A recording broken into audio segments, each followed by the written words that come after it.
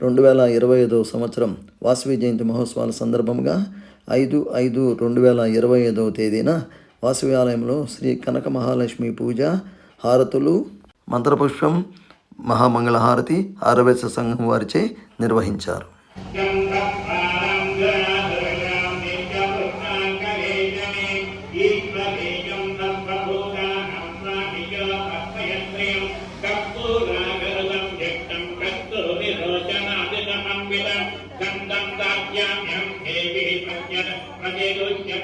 శ్రీ కనక మహాలక్ష్మీ దేవ్యే నమః.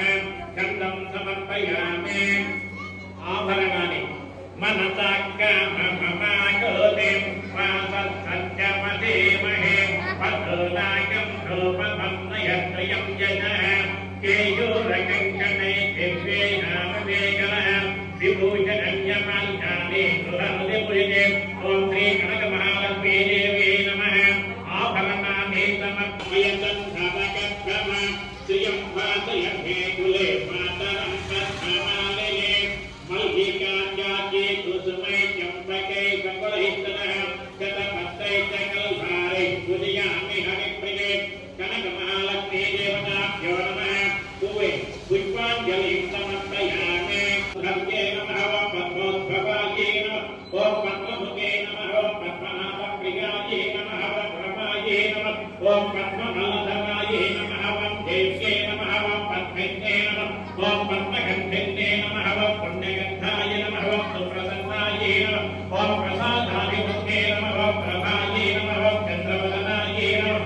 ఓం చంద్రాయే నమః. ఓం చంద్రసహోదర్య ప్రీతిపుష్కరిణ్యే నమః. ఓం శాంతాయే నమః. ఓం శుక్రమాల్యాంబరాయే నమః. ఓం శ్రీయై నమః. ఓం భాస్కర్యే నమః. ఓం బిల్వవిలయాయే నమః. ఓం భగారోగాయ నమః. యశస్విన్యే నమః. ఓం వసుంధరాయే నమః. ఓం బుధాలంకాయ నమః. హరిణ్యే నమః. ఓం హేమమాలిన్యే నమః. ఓం ధనధాన్యకర్యే నమః. సిద్ధే నమః. ధీరద్రవ్యే నమః. ధేర్యే నమః. సర్వోపద్రవాలిన్యే నమః. నమదుర్గాయే నమః. ఓం మహాకాళ్యే నమః. బ్రహ్మవిష్ణుశివాత్మికాయ నమః. త్రికాలజ్ఞానసంపన్నాయ నమః. భువనేశ్వర్యే నమః. ఓం శ్రీ కనక మహాలక్ష్మీ దేవతాభ్యో నమః. నానాభిధా పరిమళపత్రపుష్పాణి సమర్పయామి.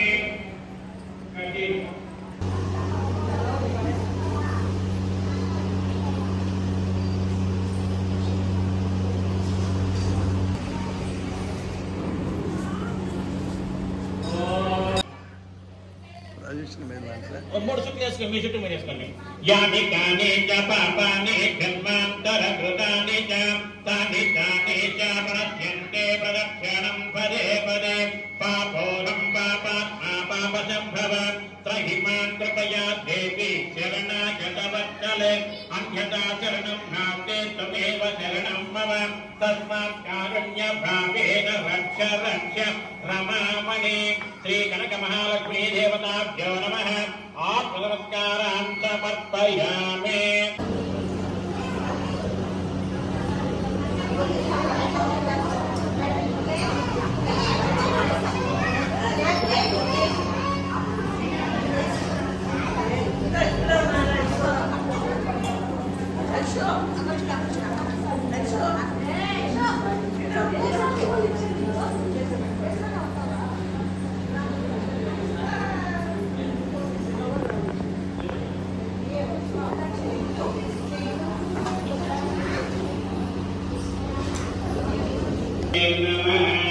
ఓం శ్రీ మహాగణాధిపతయే నమః. పూర్వం పరాశర మహాముని నారద మహాముని కలిసి త్రిలోక సంచారణకు భయ క్షత్రియ సూత జాతులు వారంతా వారి వారి ఇళ్లను గోమహిమతో అడిగి లక్ష్మీదేవి పాదములకు ముగ్గులు పెట్టిరి. శ్రీమంతులు తలంటి స్నానములు మీరు చేస్తున్న వ్రతమేమిటి? ఈ వ్రత నియమాలు ఎట్టిది అని అడగగా పరాశరులు చిరునవ్వుతో నారద, ఈ దినమున గురువారము కదా, ఈ రోజు ఇట్లు పలికిన నాథ, మీ అన్నదమ్ములిద్దరూ కలిసి నన్ను ఇంటి నుండి వెళ్ళగొట్టినారు కదా, ఇప్పుడెలా నా ఇంట పుజించినారు? చండాలవుదామని ఇంటికలా వచ్చినారు. ప్రాణాలు పోయినప్పుడు జాతికుల భేదములు అడ్డురావా అని నిష్ఠూరములాయ ఆ శ్రీహరి తిరునమ్మతో ప్రతిమిద్దరము భిక్షమిందుకోవడమంతా తెలుసుకున్నారు. నీవు భోజనం పెట్టడము కూడా అందరూ చూచినారు. మాకు సరైన శిక్ష సరిపోయినది, నీవు లేనందున వైకుంఠము చిన్నపోయినది.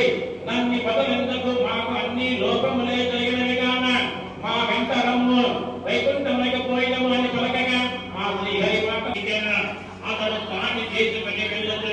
కాలిలో ఒక చెట్టునకు పోయి చేరుకుని కాలకొట్టం చేసుకుని పెట్టాను. అంతలో ఆ త్రోవను కర్రను చేసుకుని పోయింది. అతడు వచ్చి కర్రను వెతకగా అది దొరకలేదు. చేతులే అతడు ఇంటికి పోయాను. కొన్నాళ్ళకు ఆమె తమ్మునకు కబురప్పి ఇంటికి రప్పించుకుని పరిస్థితి ఎప్పుడడిగిన అతడు ఇంటి పరిస్థితి ఎప్పటికప్పే దరిద్రము పూరితమైన తెలుసుకన. అందుకని విచారించి ఒక చెప్పుల చోటు నింద వరహాలు పోసి దానిపై ఒక గుట్టను కప్పి ఆ జతను తండ్రికి ఇవ్వవలసిన చెప్పి అతనికి ఇచ్చాను. అతడు వాటిని తీసుకుని పోతుండగా దానిలో దాహం వేసిన. అందుచే అతడు ఒక చెరువు గడ్డ మీద పెట్టి నీరు తాగుతుండెను. అంతలో ఒక కుక్క వచ్చి జోళ్ల వాసన పసిగట్టి వాటి నోట కలిసిపోయిన. అతడు ఇంటికి పోయిన కరికన్నాడకు ఆమె తన తమ్ముడు రప్పించి అతడు ఖరీదు చేస్తుడైన. అతడు జోళ్ళు పోయినవని చెప్పినట్టు ఆ కాలు పోసి తమ్ముడికి ఇచ్చాడు. దాన్ని తీసుకుని వచ్చినప్పుడు అతడు చెరువు గట్టి మీదకి వచ్చిన. కాలు కరిగినట్టు అతడు దాన్ని చెరువు గట్టి మీద పెట్టి నీటిలోకి దిగిన.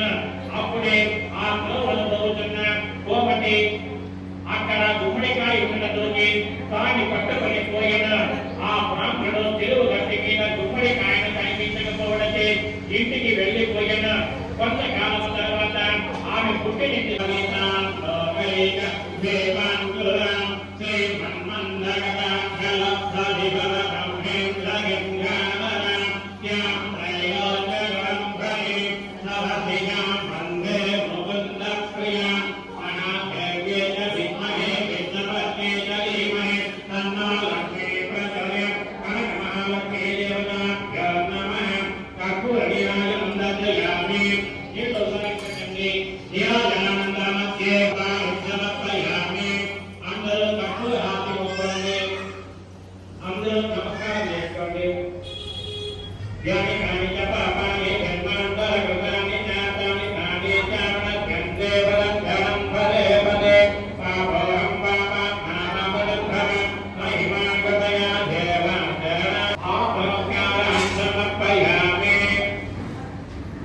నమస్కారం చేసిన తర్వాత మళ్ళీ అక్షంతో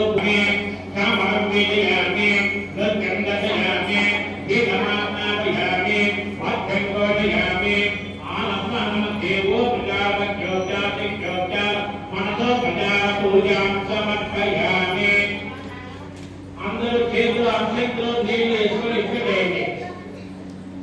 నీళ్లు అక్షంతో వేసుకొని